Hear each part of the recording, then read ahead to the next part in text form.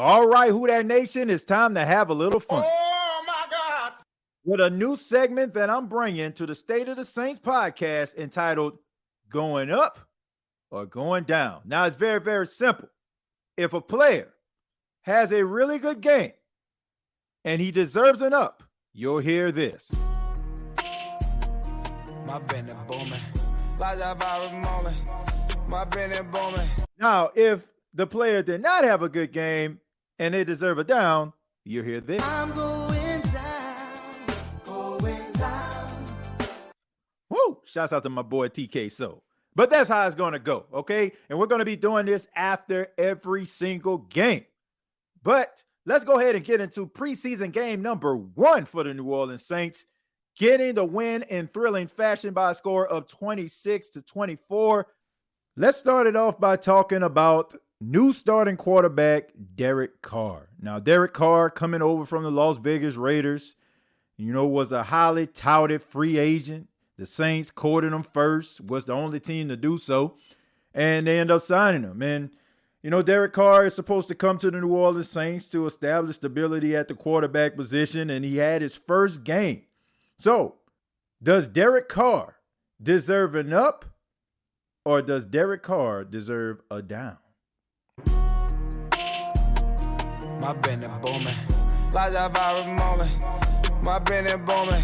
Look, I think that the Saints offense was absolutely spectacular. Watching that offense go up and down the field, it just reminded me of the good old days when the Saints offense was an absolute juggernaut. And you can understand why the Saints wanted to go out and sign this guy. This is not a knock on Jameis Winston or anybody else the Saints could have went after, but it's just something about Derek Carr that is different. And you can tell that the players respond a little bit differently when he's in a game. I mean, you may not want to admit that, but it's just the truth. Guys want to play with the individuals they feel like can get them where they need to be. And Derek Carr, even though he came from the Raiders, and yes, he didn't have many playoff appearances or playoff performances that you can just look at, but he does have a level of leadership. His numbers statistically, his accuracy, his fourth quarter comebacks has guys believing that he has what it takes to get them where they need to be. And he showed it in his game. 6 of 8, 70 yards, 1 touchdown, only took 1 series, had a QBR of 140. Derek Carr is a really good quarterback. I have nothing but respect for him. I think that the Saints are going to be a really good offense because he is their quarterback. And we've seen some of the things that we've seen in years past. I mean, he dumped the ball off to Alvin Kamara making plays. We've seen him throw the ball down the seam to Juwan Johnson, distribute the ball out. Keith Kirkwood got the touchdown. So we all know that Drew Brees, that was his MO, right? Throwing the ball to the wide open guy, right? He was a equal opportunity distributor. And Derek Carr looks like he's the same way. So I think he definitely deserves an up. And I'm looking forward to seeing what Derek Carr can do in the future for the New Orleans Saints offense. Let's switch gears and talk about kicker Blake Grupe. Now, I think we are all in agreement with this one. Does he deserve an up or does he deserve a down? My Benny booming. My Benny booming.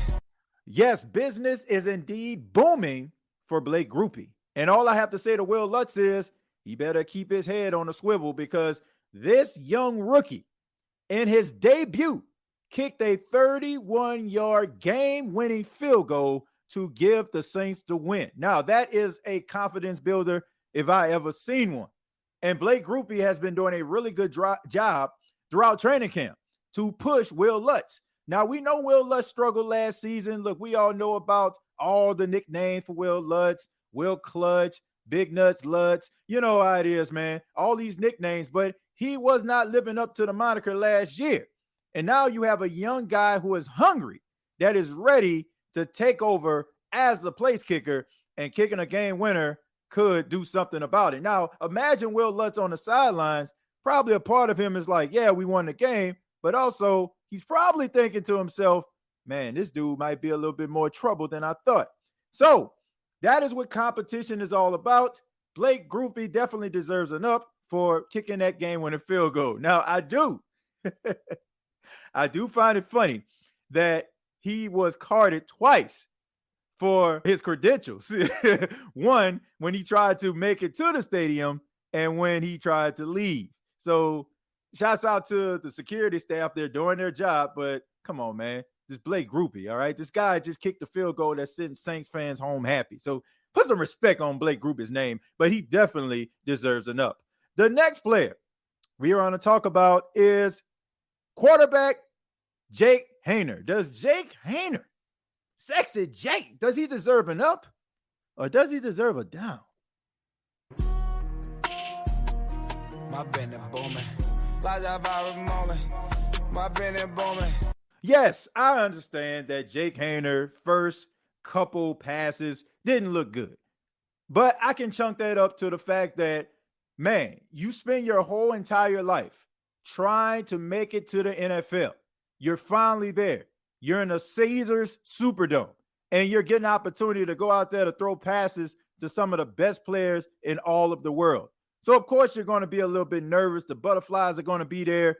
And he started off a little bit sluggish, but he did do some really good things, some really good passes. A couple passes should have been caught.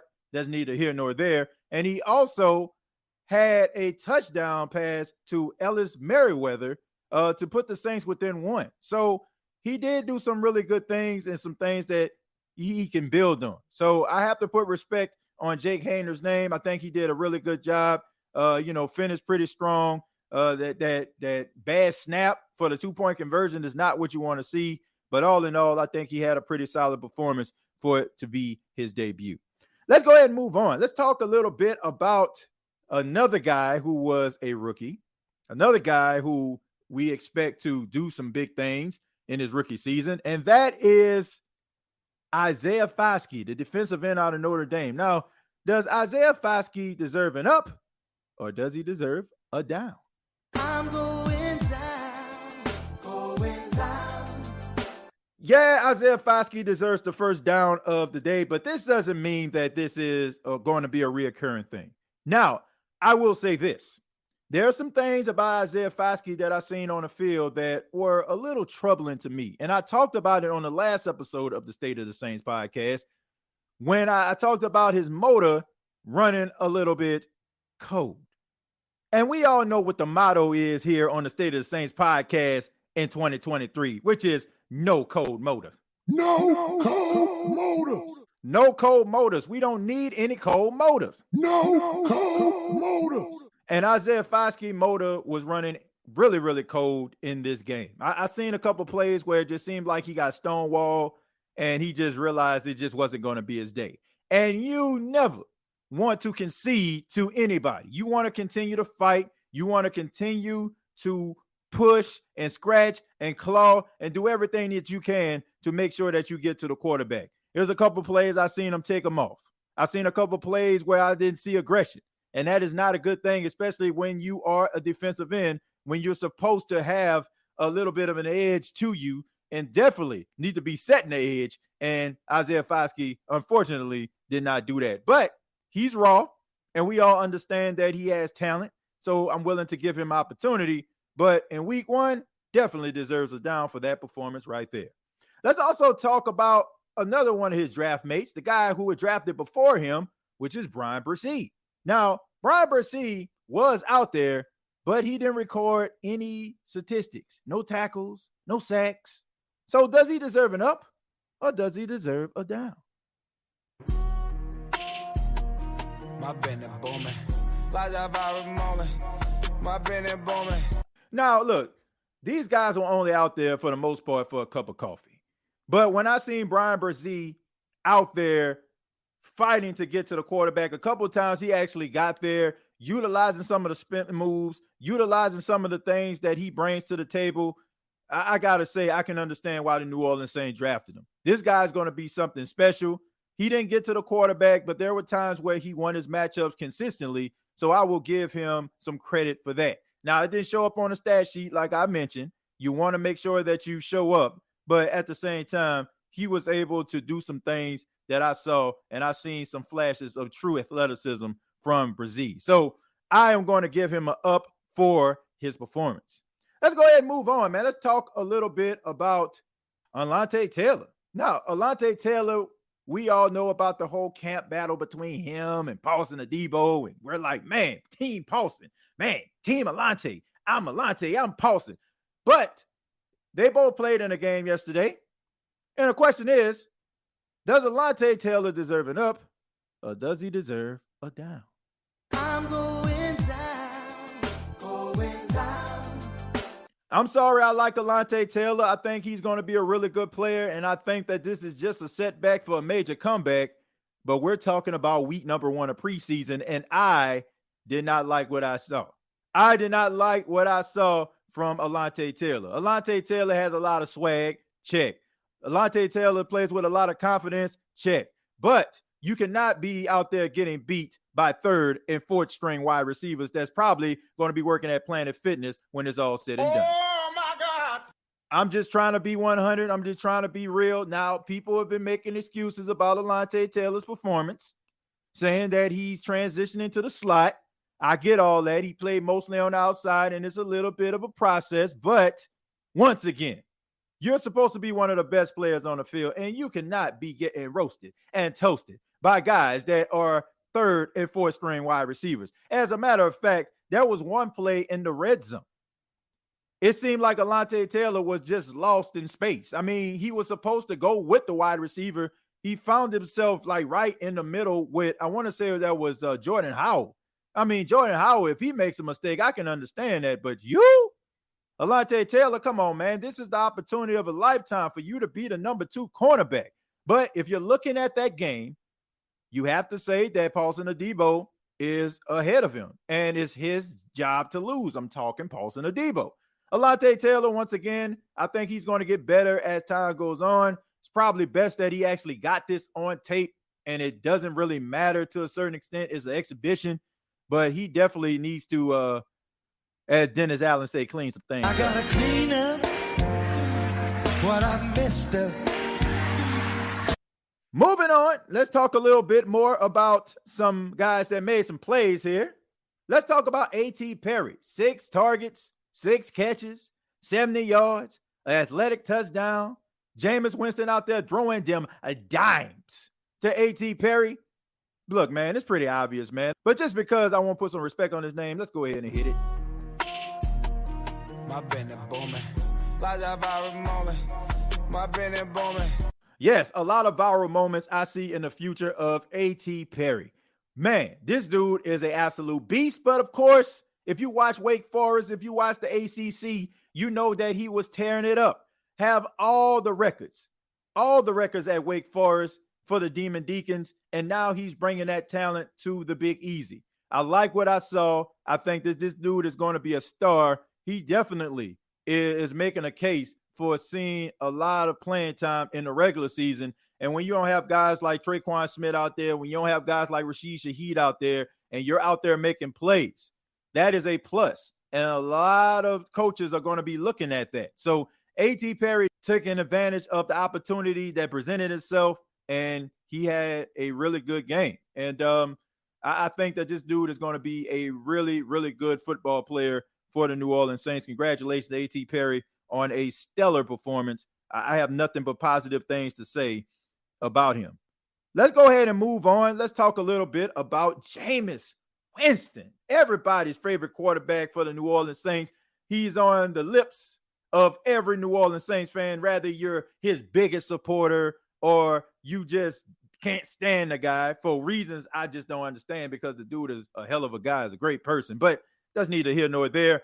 But there's been conversation. Some people said he had a good performance. Some people said he had a bad performance. But the question on everybody's mind is, did Jameis Winston get that up, or did Jameis Winston get that down? My Bennett booming. Like that viral moment. My Bennett booming. Yes, Jameis Winston deserves a up. Argue with your mama. Now, some people would say, oh, man, he took 3 sacks. He took 3 sacks. Oh, my goodness, look at him, man. That's the reason why we got Derek Carr. He took 3 sacks.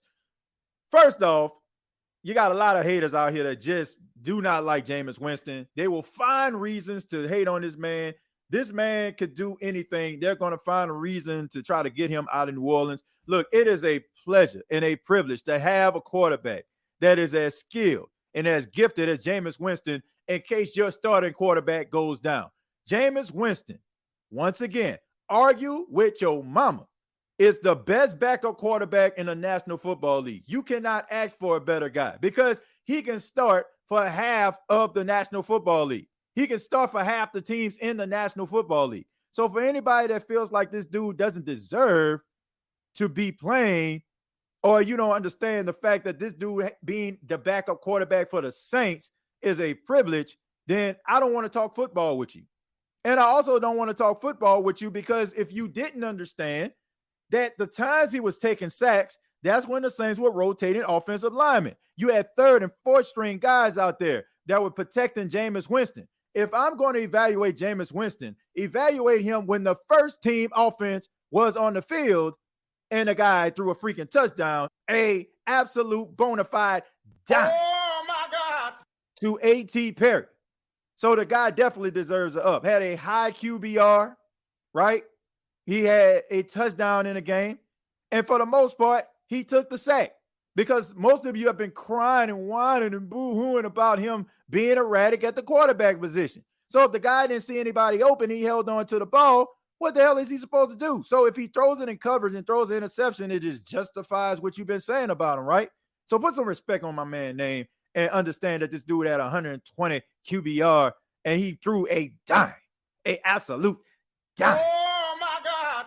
To A.T. Perry. So put some respect on my boy name once more again. Jameis Winston deserves an up. Let's talk about the last up or down. And no disrespect to anybody else out there. They had some guys that had some really good games. I want to do some honorary mentions here.